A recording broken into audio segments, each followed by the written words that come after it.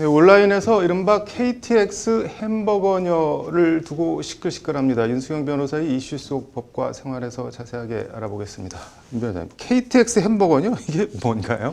네, 이 사건이 처음 알려진 것은 네. 지난달 28일에 네. 온라인 커뮤니티 보배드림에 네. 게재된 KTX 무개념 햄버거 진상녀라는 제목의 글 때문입니다. 네. 그 내용을 보면은 네. 이제 KTX 안에서 네. 신종 코로나 바이러스 방역 수칙을 어기고 네. 햄버거를 먹은 승객이 다른 승객으로부터 제지를 받자 행패를 부렸다라는 주장이 제기됐다고 합니다. 네. 그 원글 작성자에 따르면 네. 그 동대구역에서 탑승한 한 승객은 마스크를 내린 채 KTX 안에서 햄버거와 초콜릿 케이크를 먹었다고 네. 합니다. 이에 승무원이 여기서 드시면 안 된다라며 마스크를 올바로 써주기로 요청했는데 네. 처음에 해당 승객은 들은 척도 하지 않았고 네. 되레 큰 소리로 전화 통화까지 했다고 합니다. 네. 작성자는 밀폐된 공간에서 햄버거 냄새가 진동하고 네. 참기가 힘들어서 자제해달라고 요청했지만 오히려 화를 냈다라고 하면서 네. 해당 여성이 내가 무슨 상관이냐 없이 생기고 천하게 생긴 X가 네. 우리 아빠가 도대체 누군 줄 알고 그러냐 너 네. 같은 것 가만 안 둔다라고 하면서 갑자기 내 사진까지 찍었다라고 주장을 했습니다. 네. 당시의 상황이 담긴 게시물은 네티즌들의 공분을 사면서 일파만파 퍼졌고요. 네. 게시 사흘 만인 오늘 오후 조회수 30만 회를 넘기고 수백 개의 댓글이 달렸다고 합니다. 이게 뭐 애초 게시글을 올린 뒤 추가로 또 글이 올라왔다고 하는데 이건 무슨 내용인가요? 네, 그렇습니다. 네. 어제 KTX 햄버거 진상녀 그 이유 글 아버지 안 찾으셔도 돼요라는 제목으로 네. 추가 글이 올라왔는데 네. 현재 그 아버지 안 찾으셔도 돼요라는 제목은 사라지고 수정된 상태라고 합니다. 네. 작성자는 결론부터 말하면 해당 온라인 커뮤니티를 통해서 네. 어떤 분이 쪽지를 줬고 그 여자분이 누군지 알게 됐다라고 하면서 네. 인스타그램을 통해 확인하고 카카오톡 아이디까지 알아내 고심 끝에 오늘 오전에 문자를 보냈다라고 전했습니다. 네. 그러면서 이어서 나보다 15살 어린 아가씨고 네. 어제 뉴스 방송 후 일이 커졌기 때문에 본인도 겁을 먹고 있더라라고 하면서 네. 오늘 안에 진심이 담긴 사과를 요청했고 그렇지 않을 경우 모욕죄로 고소장을 제출한다고 했다라는 것이 두 네. 번째 게시글의 내용입니다. 그래서 뭐 이 햄버거녀라는 여성은 사과를 한 건가요? 어떤 건가요?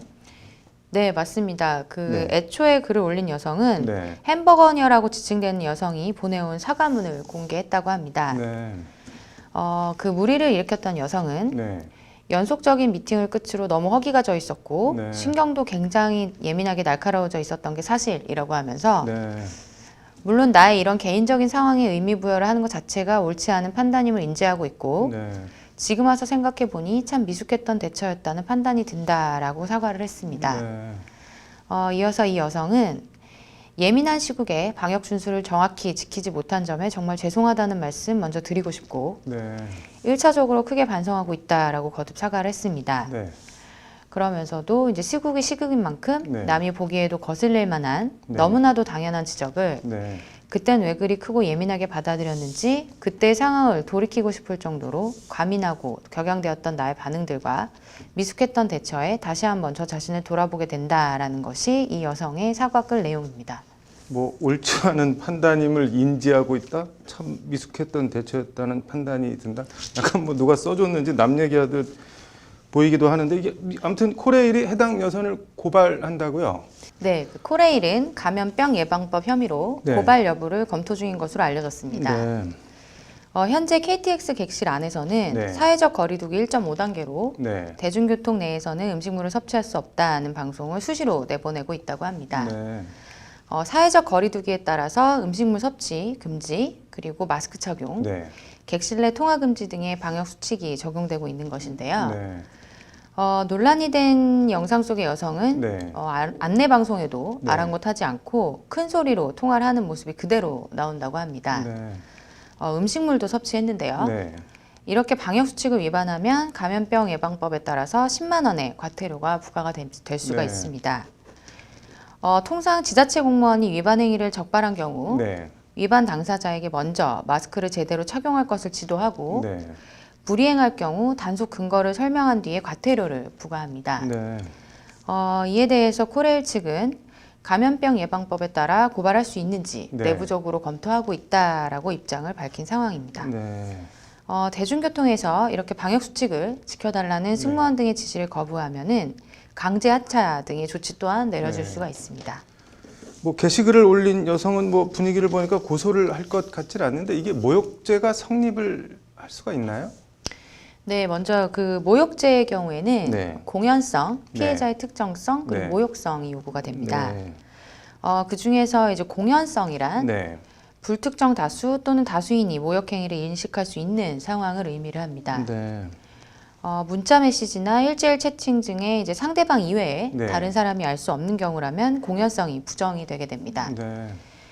그리고는 이제 피해자가 특정되어야 하고 네. 마지막으로 모욕성이 있어야 되는데 네. 모욕성이라는 것은 피해자의 사회적 평가를 절하시킬 정도의 경멸적인 표현을 하는 행위를 의미를 합니다. 네. 본 사안의 경우에도 네.